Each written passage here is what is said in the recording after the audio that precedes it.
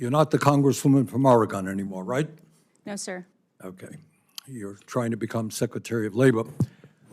Let me back up and say a word about what the PRO Act is. I'm not sure that most Americans know what it is. The reality is that in America today, labor unions have the support of some 70% of the American people. You know why? Because people understand that the big corporations and their bosses have all the power. People understand that CEOs make 300 times more than their workers, and people say, you know what, the only way we're going to get decent wages and benefits is when we organize. Millions of people want to join unions, but they can't join unions. You know why? Because corporations, day after day, operate in illegal ways. They break the law. They say to somebody, you were late 3 years ago. You're a pro-union, you were late 3 years, you're fired. We're going to take you into a captive audience, and for hour after hour, we're going to tell you how bad unions are. You want to join a union? Fine, you vote for a union, we're moving the plant to China. All of that stuff happens to be illegal. All of that stuff happens to be done every single day by corporate America. So, let me go back to the original question. PRO Act is designed to prevent illegal behavior on the part of corporate America, on the part of employers, so that workers can make a free choice. Do you support the PRO Act? Thank you, Ranking Member Sanders, and I appreciate the conversation. I support the American worker. President Trump. Okay, I don't mean to be rude. No, you're we don't not have rude. a lot of time. I'm gathering that you no longer support the PRO Act, is what I hear. That you support the American worker. That's what everybody here will say. Ms. Chavez, Grima, in 2021, President Biden signed the Butch-Lewis Act that prevented the earned pension benefits of some 2 million union workers and retirees from being cut by up to 65%. There are people in Congress who want to undo that enormously important legislation. What do you feel about the Butch-Lewis Act? I support the Butch-Lewis Act in protecting their retirements. And you will go to the wall, to go to the mat supporting it? I do support protecting people's retirements.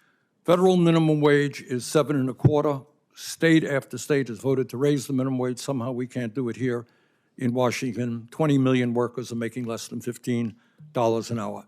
Do you support raising the minimum wage to a living wage?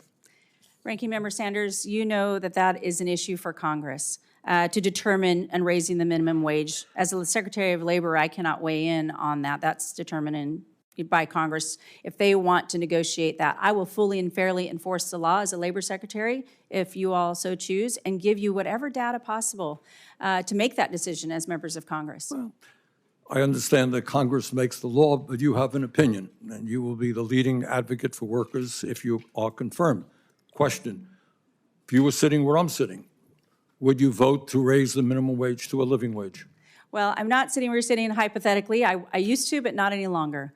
But I do recognize that the minimum wage hasn't been raised since 2009, and the cost of living has gone up.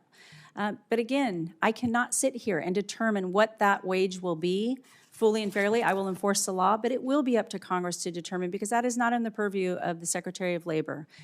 For instance, in Oregon, I know that in Portland, Oregon, that the minimum wage is almost $16 an hour, and that might work for Portland, but that's not going to work for Grants Pass, Oregon. And I know that local communities, states determine what's best for their economy. What we don't want to do is shock the economy. But again, sitting here today, I cannot determine as Secretary of Labor if it should be. Ms. Chavez-Darima, in his second week in office, President Trump fired Gwen Wilcox, a member of the National Labor Relations Board, leaving the NLRB without a quorum. And what that means right now, that if workers form a union, vote to form a union, and the company says, well, I think that was illegal, it's unfair, you can slow up the process because there's nobody to go to. Do you believe that the firing of Ms. Wilcox was illegal? Which I do. President Trump has a right to exercise his executive power, how he sees in consultation with. Are you concerned that we do team. not have a functioning NLRB right now? The NLRB is separate from the Department of Labor, but I do believe that the function of the NLRB is important, and I will always take that into consideration doing my job. Are you concerned that we do not have a functioning NLRB now? Well, again, I have not been read in with President Trump, but he has a right to exercise his executive power, and I do believe the NLRB has an important role, independent of the Department of Labor, and I respect their position as an independent agency. Thank you. Senator Paul.